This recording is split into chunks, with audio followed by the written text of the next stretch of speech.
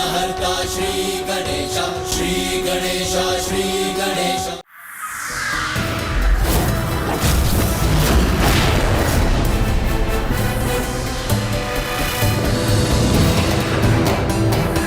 बस करो पुत्र, अब बहुत हुआ।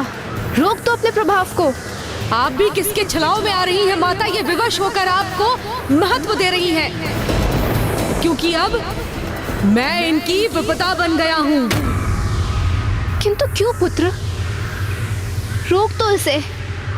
किसी की विपदा बनना तुमको शोभा नहीं देता, क्योंकि ऐसा कर तुम स्वामी को ही नहीं समस्त सृष्टि को दंडित कर रहे हो, और मुझे, अपनी माता को भी दंडित कर रहे हो।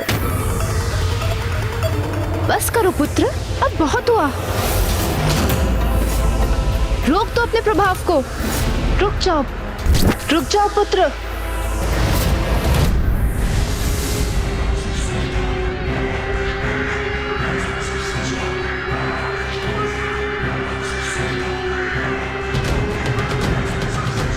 ये सूर्यदेव का तेज पूरा लौट क्यों नहीं रहा? सृष्टि की भलाई के लिए सूर्य देव को पूर्ण रूप से मुक्त कर दो बालक।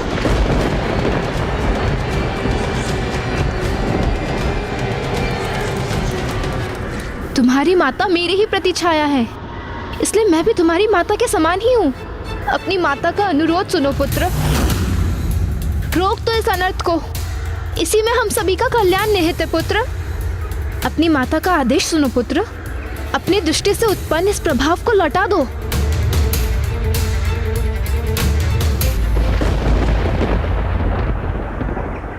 जो मैं कर चुका हूँ उसे लौटाने में तो मैं भी असमर्थ हूँ माँ।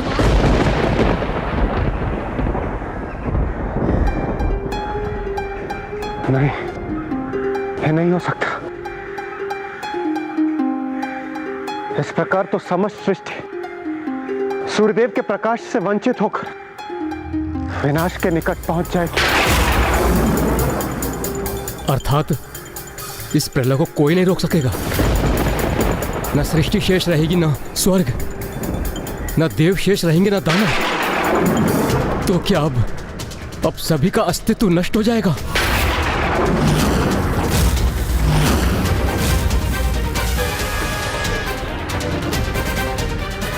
ये तुमने क्या किया पुत्र? अब ये जगत तुम्हारा किस नाम से परिचय प्राप्त करेगा?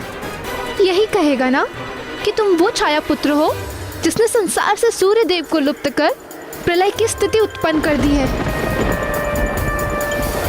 और वो भी तभी संभव है जब कोई किसी का नाम लेने के लिए शेष रहेगा, अन्यथा अब तो सभी कुछ नष्ट हो जाएगा।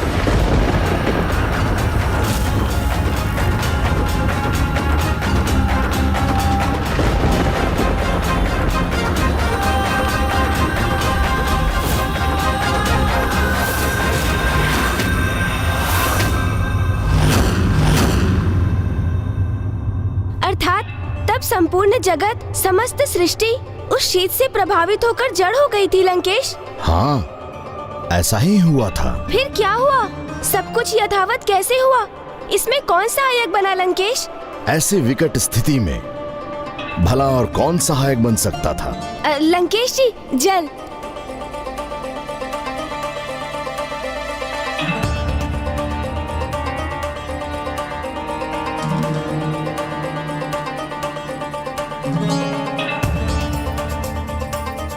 वहां उपस्थित सभी को ज्ञात था कि अब और कुछ करना संभव नहीं है। संपूर्ण सृष्टि चटक कर बिखरना आरंभ कर रही थी। उसके सर्वनाश का महासंकट अब निकट था।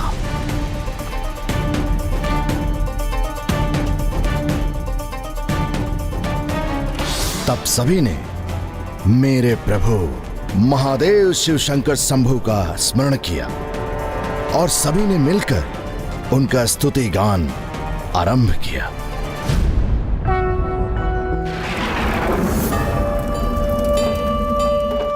प्रणाम महादेव। आपके दर्शन पाकर मैं कृतार्थ हुई।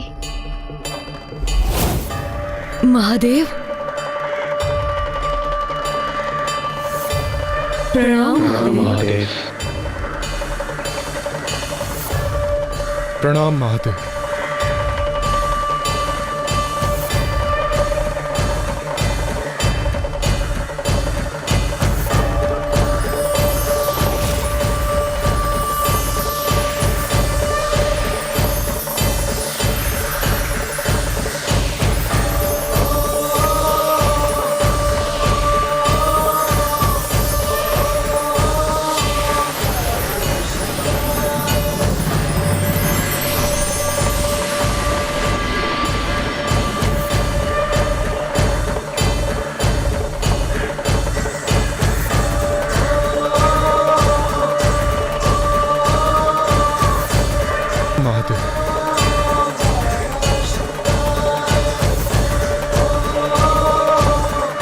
महादेव ने तो इन्हें क्षण भर में ही मेरे अंधकार से मुक्त कर दिया और इन्होंने पूर्ववत अपना तेज भी प्राप्त कर लिया है, अर्थात अब संसार का संकट मिट गया है।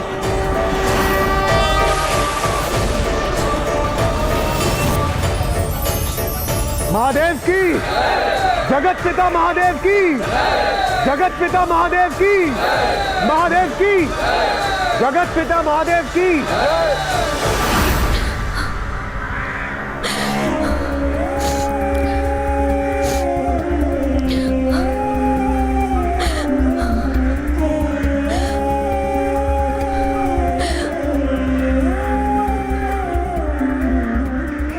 मुझे ज्ञात है तुम्हारे कारण जो महासंकट उत्पन्न हुआ उसका पश्चाताप है तुम्हें, किंतु पुत्र तुमने इतना क्रोध क्यों किया? प्रभु, माँ की पीड़ा मुझसे नहीं सही जाती। उनके गर्भ से जन्म लिया है मैंने, उनका अंशी तो हूँ।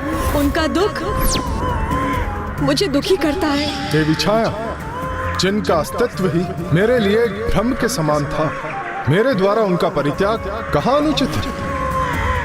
उनके अपमान से मैं अपमानित होता हूँ और उनके कष्टों से उत्पन्न पीड़ा मेरे अंतर को भेद देती है। अपनी माँ को अपमानित और पीड़ित अवस्था में मैं कभी भी नहीं देख सकता प्रभु।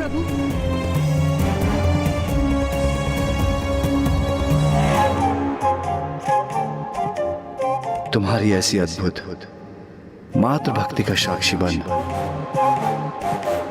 मुझे भी अपने जीवन में कमी का आभास हो रहा है। कितना अच्छा होता यदि मैं स्वयंभू अर्थात स्वयं से प्रकट होने के स्थान पर एक माता के गर्भ से जन्म होता। मां की ममता, उनके प्रेम के आनंद का भागी बन सकता। किंतु आज तुम्हें देखकर मुझे मातृ भक्ति की शक्ति का आभास हो गया है और मैं ये घोषणा करता हूं कि आज से समस्त संसार में मातृ भक्ति की शक्ति को ही सर्वोच्च भक्ति समझा जाएगा। जो पुत्र अपनी माँ की भक्ति करेगा, पुत्र अपनी माँ की भक्ति उसे मेरा ही नहीं, उसे समस्त देवी देवताओं का समस्त आशीर्वाद प्राप्त होगा। जो पुत्र अपनी माँ की भक्ति करेगा उसे मेरा ही नहीं, उसे समस्त देवी देवताओं का समस्त आशीर्वाद प्राप्त होगा। आशीर्वाद प्राप्त होगा। मुझे तो मात्र इतना ही आशीर्वाद दीजिए प्रभु कि मुझे अपना अधिकार भले ही प्राप्त ना हो, किंतु मेरी माँ वंचित ना रहे। उन्हें वो स्थान, वो आदर्श प्राप्त हो जो उन्होंने अपने सुख कर्मों से अर्जित किए हैं।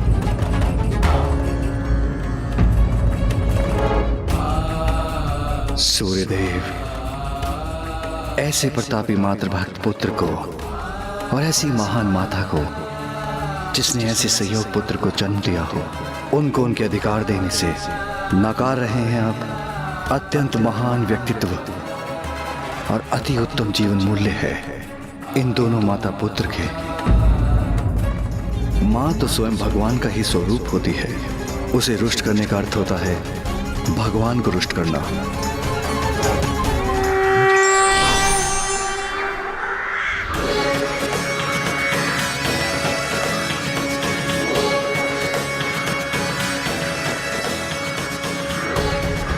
मुझे क्षमा करना देवी, क्षमा करना पुत्र। आज समस्त देवताओं की उपस्थिति में मैं देवी छाया को अपनी अर्धांगिनी और शनि को अपने पुत्र के रूप में सहर्ष स्वीकार करता हूं।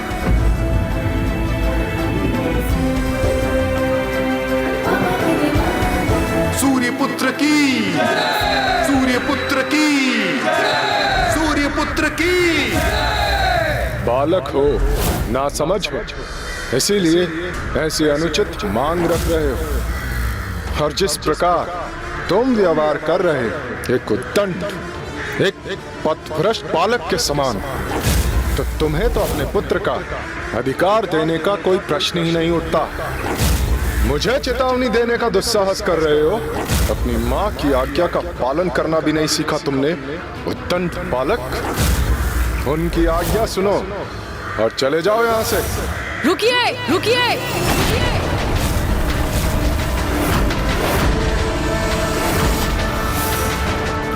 मुझे ये स्वीकार नहीं, मुझे ये स्वीकार नहीं।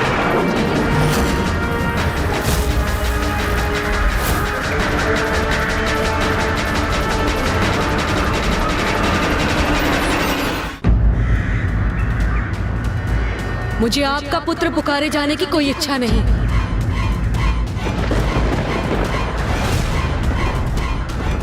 आज आप सभी के समक्ष इस भरी सभा में मेरी माँ को अपनी अर्धांगिनी के रूप में स्वीकार किया, इतना पर्याप्त है मेरे लिए।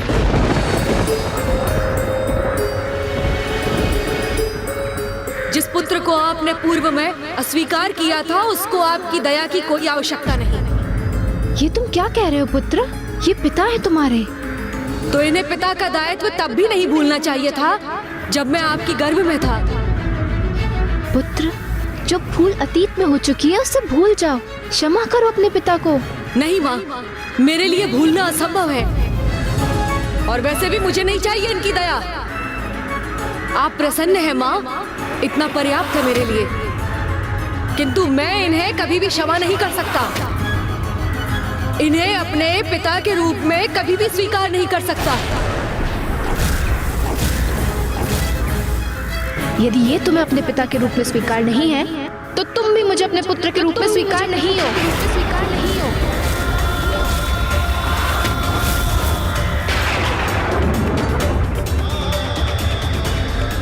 हाँ, यदि ये तुम्हारे पिता नहीं, तो मैं इनकी अर्धांगिनी तुम्हारी माता कैसे हो सकती हूँ?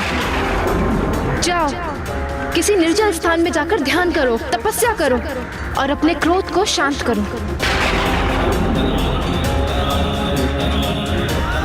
तब मेरे पास लौट कर आना और इन्हें अपने पिता के रूप में स्वीकार करना। तभी मैं तुम्हें पुनः अपने पुत्र के रूप में स्वीकार करूंगी, अन्यथा मुझे कभी मां मत पुकारना।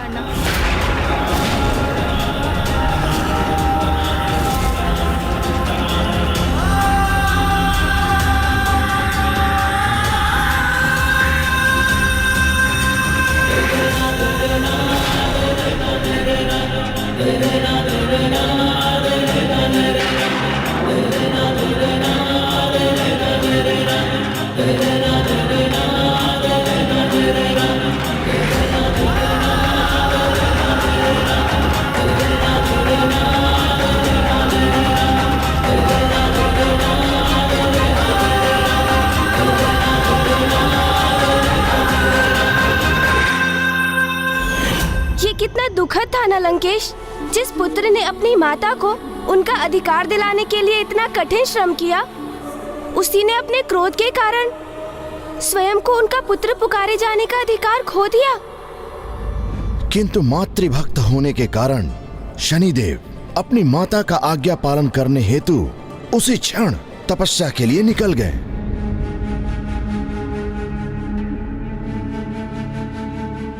जाओ, किसी निर्जल स्थान में जाकर ध्यान करो, तपस्या करो और अपने क्रोध को शांत करो।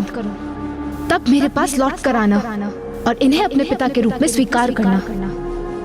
तभी मैं तुम्हें पुनः अपने पुत्र के रूप में स्वीकार करूंगी, अन्यथा मुझे कभी मां मत पुकारना।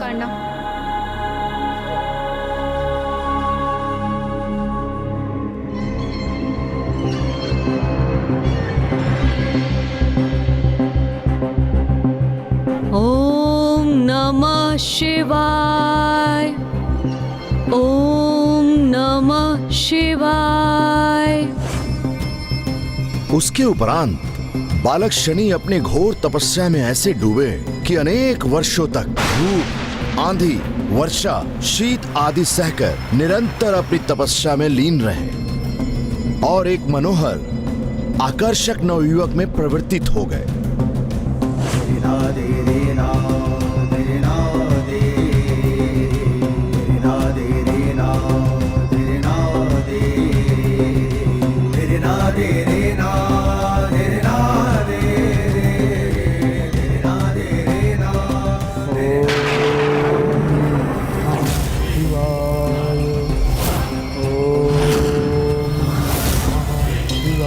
कुछ समय उपरांत एक दिवस जब वो सदा के समान अपनी भक्ति में लीन थे, तो वो एक स्त्री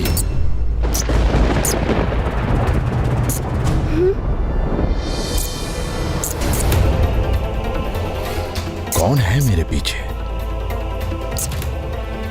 कहीं से तो ध्वनि आई थी।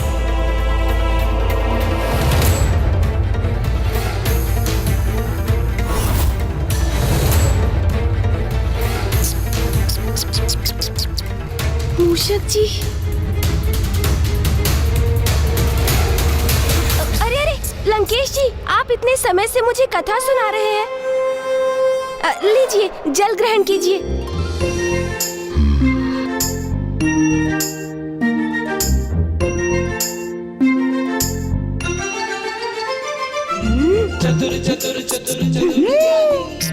मूषक जी भी ना शांत रहकर कोई कार्य भी नहीं कर सकते।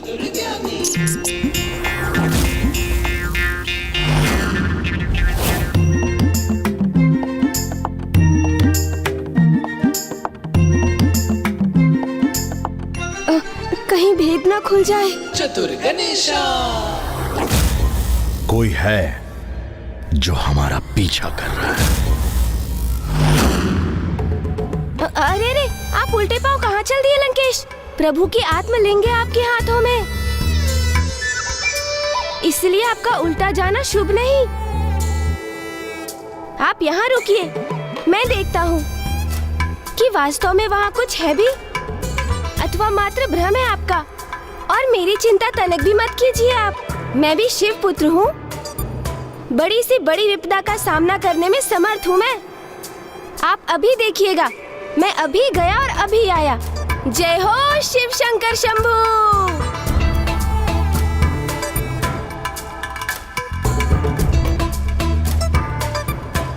मूषक जी। प्रभु। मूषक जी, धीरे स्वर में कहिए। यदि लंकेश तक हमारा स्वर पहुंच गया तो मेरी वो योजना व्यर्थ हो जाएगी जिसके लिए मैंने आपको यहाँ बुलाया है। योजना? कैसी योजना प्रभु? लंकेश को पीछे से धक्का देने की योजना। आप पीछे से धक्का देंगे उन्हें? मूषक जी, मैं नहीं, आप धक्का देंगे उन्हें। मैं प्रभु। ओहो मूषक जी, अब आप इतना अभिनय सम्राट मत बनिए और वही कीजिए जैसा मैं कह रहा हूँ। आप अवश्य प्रयास कर रहे हैं प्रभु। अब कहाँ वो कैलाश पर्वत को अपने स्थान से हिलाने में सक्षम लंकेश रावण, और कहाँ मैं उनके और मेरे आकार में कितना भेद है ये नहीं देखा प्रभु आपने? हे गौरी पुत्र गणेश, कुछ दिखा आपको वहाँ? लंकेश जी, कोई नहीं है यहाँ। यहाँ तो मात्र एक साधारण सा मूषक है। साधारण? आप मुझे साधारण पुकार रहे हैं प्रभु? हाँ, क्यों ना पुकारूं मैं आपको साधारण। आप एक साधारण मूषक के समान ही तो व्यवहार कर रहे हैं। भयभीत हो उठे हैं आप इस लंकेश से। मैं भयभीत होने वालों से मैं कहाँ हूँ प्रभु?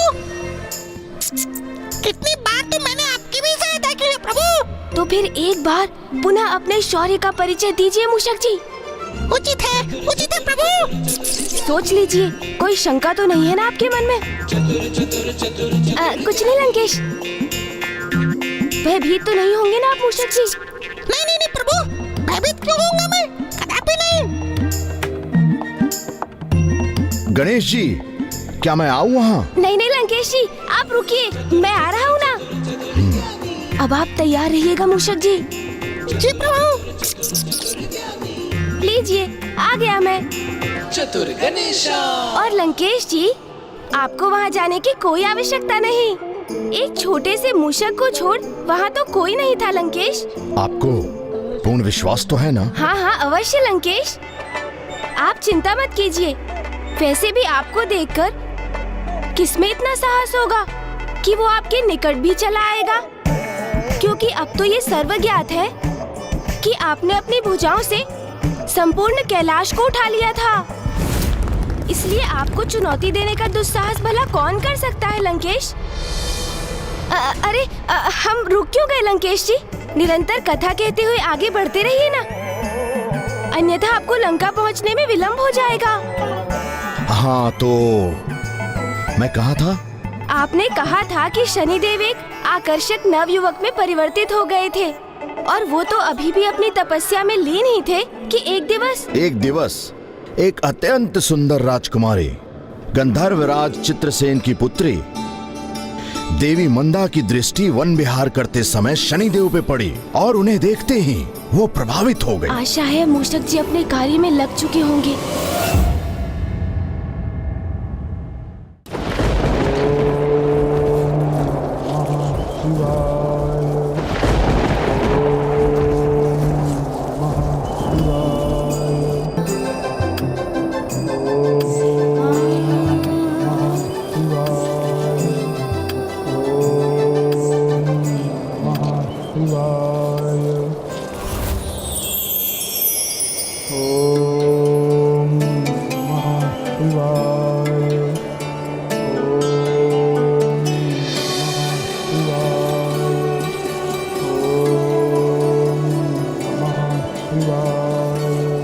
मन तो करता है इन युवा तपस्वी को निहारती ही रहूं, जिन्होंने युवावस्था के समस्त मनोविनोद के आकर्षण को त्याग कर तपस्या का कठिन मार्ग चुना है।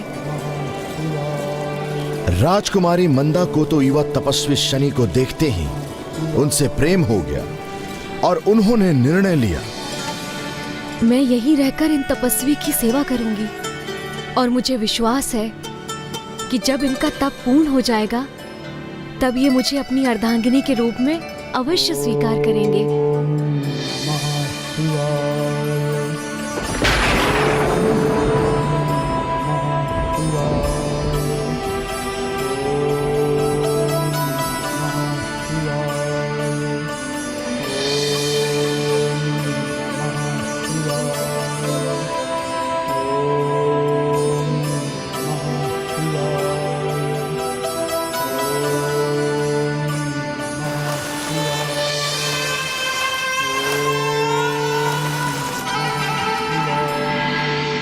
इस प्रकार अपार सौंदर्य की धनी राजकुमारी मंदा ने शनि की सेवा में कोई कमी नहीं रहने दी। अर्थात मूषक जी तैयार है।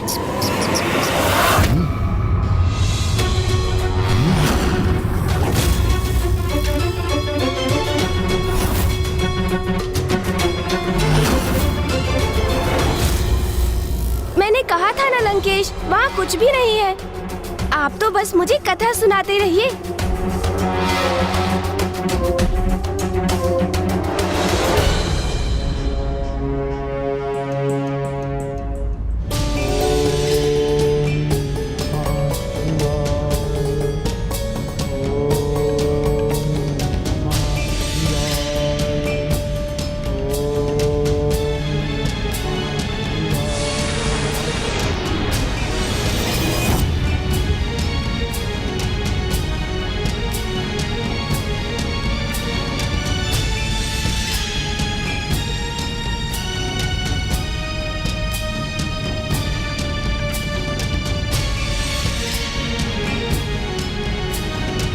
अपनी चिंता त्याग कर वो तो निरंतर तपस्वी शनि की सेवा में डूबी रहती।